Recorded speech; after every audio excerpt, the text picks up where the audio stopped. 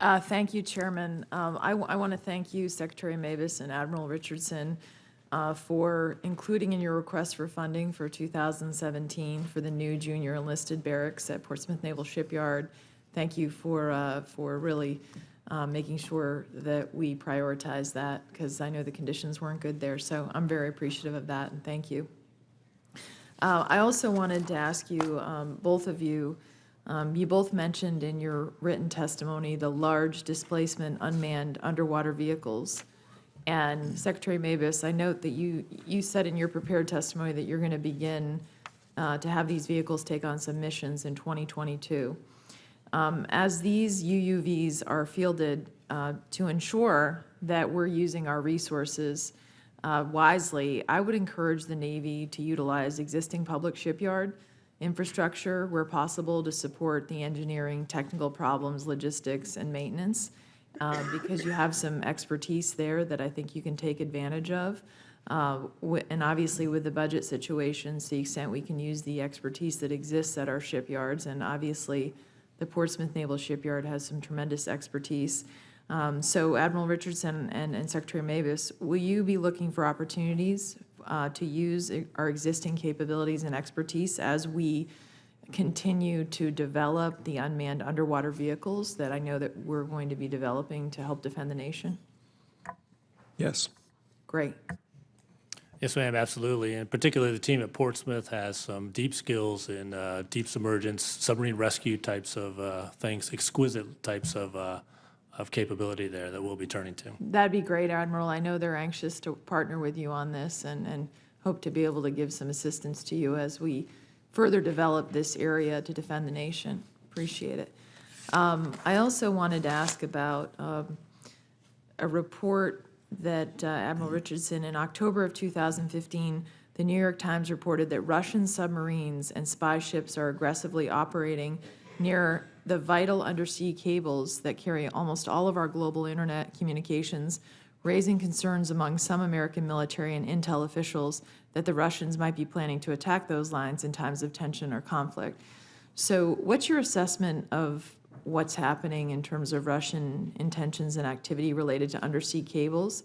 Obviously, this is very important in terms of our communication system, and to the extent you can talk about it in this setting, what are we doing from the Navy perspective to protect those assets?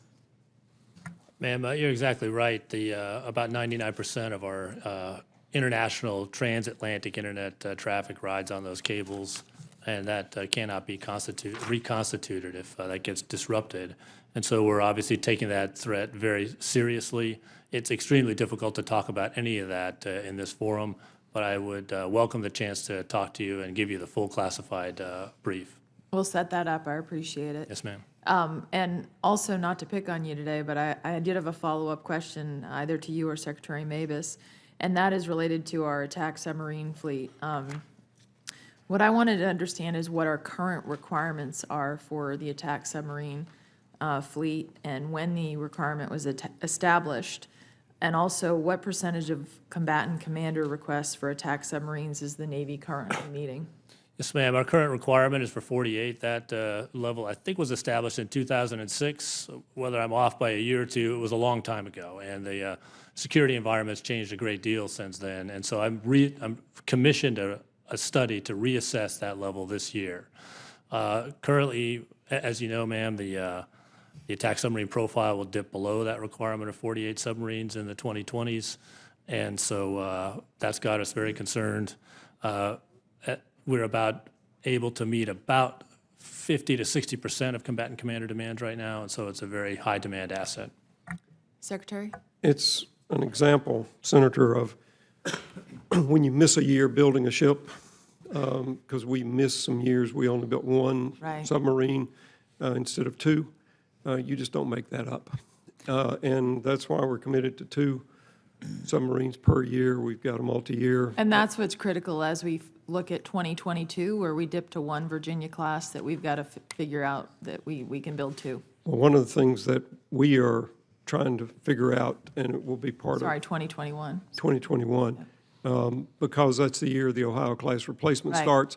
But you're absolutely right, and we're working on how how to get the capability and the capacity to do 2 Virginias and the Ohio class at the same time.